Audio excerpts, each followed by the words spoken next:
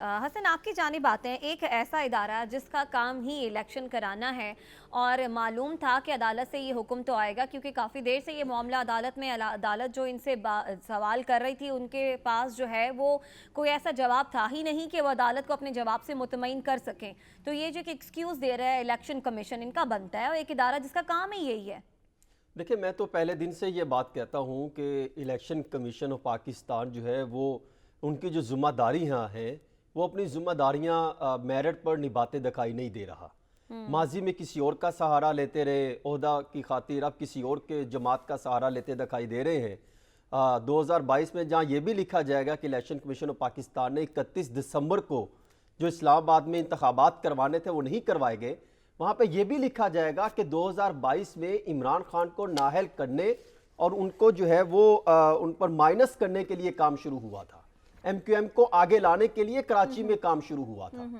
और दूसरा, जितने भी जो सियासी जमातें हैं वो ये नहीं चाहते कि पावर्स को डेलीगेट किया जाए, नीचे तकसीम किए जाए, इख्तियारात की निचली सतह पर तकसीम हो। बुनियादी तौर पर ये क्या वजूहात बनी कि पीडीएम ने इलेक्शन कमीशन ऑफ पाकिस्तान का सहारा लिया। इलेक्शन कमीशन के वहां पे बैठे मौजूद मेरे बड़े जिम्मेदार जराए हैं जो इलेक्शन कमीशन ऑफ पाकिस्तान में मौजूद है, वो ये दावा करते हैं कि पहले मामला तय पाए फिर उसके बाद ये फैसला हुआ। अच्छा, कुछ तो फिर तहरीक इंसाफ ठीक कह रही है ये इल्जाम जो लगा रही है इलेक्शन कमीशन पर कि वो पीडीएम में जम हो चुकी है? वो तो सियासी जमातें हैं। मैं तो जो समझता हूँ और जो ग्राउंड रियलिटीज को देखता हूँ, जो इक़्तिदार में खिलाड़ी हैं उनको जानता हूँ, समझता हूँ, डिस्कशन होती है, मैं तो उसको देखते हुए उस पर आपको भी मामला ये गठजोड़ का नजर आ रहा है। देखिए, कुछ चीजें ऐसी हैं कि 3 reports prime minister of Pakistan को पेश की गई।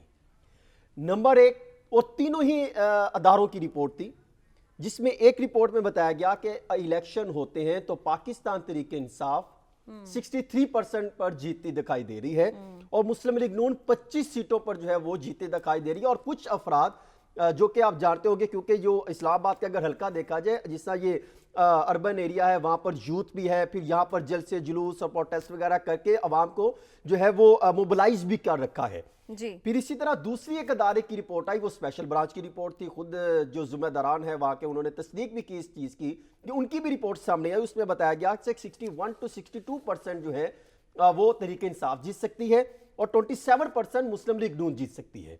फिर एक और अदारे की रिपोर्ट थी जो कि प्राइम मिनिस्टर के अंडर आता है, उन्होंने ये रिपोर्ट दी कि 52 to 55% यानी 55% जो है वो तहरीक इंसाफ इस्लामाबाद से जीत सकती है और 20 से 21% जो है वो नून लीग जीत सकती है। ये वो वजूहात है जिसकी वजह से इस्लामाबाद में इलेक्शन नहीं करवाना चाहती पीडीएम। उनको पता है कि अगर जो इक्तदार है यानी वफाक है, अगर वही हाथ से निकल गया तो बाकी हमारी सिचुएशन क्या रहेगी।